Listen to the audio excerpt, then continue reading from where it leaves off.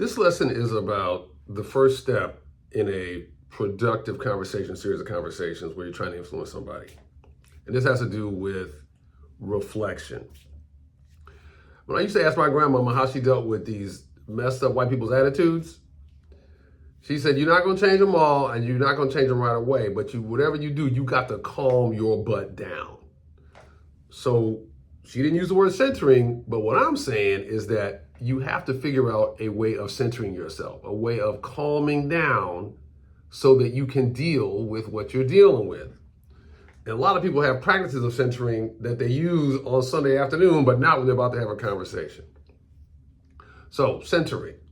There's a couple aspects of that you might want to think about if you're trying to have conversations across differences. You want to do something to make yourself both confident and calm. So you want to calm your body down. That might mean deep breaths. It might be imagining your favorite place. Whatever it takes, you want to calm yourself down. The second thing that's useful to do is to try to think differently about the other person. So you might do compassion boosters to think about them as a child, or think about them crying or laughing or celebrating something that you support. You want to shift your attitudes toward them so that you can have an open heart to them.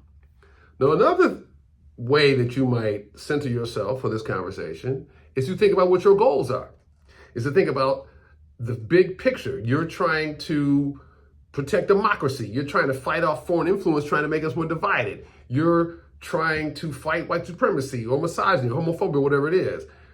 Ground yourself in a big picture goal that might help you stay less reactive. So the point of all of this is that before this conversation or before each conversation, you want to do something affirmatively to calm yourself down, to reflect on your intention for yourself or for them or for the world that'll help you make strategic choices in the conversation. If you like the content of this video, please press like or subscribe, because that helps the algorithm push it out to more people who might want to see it.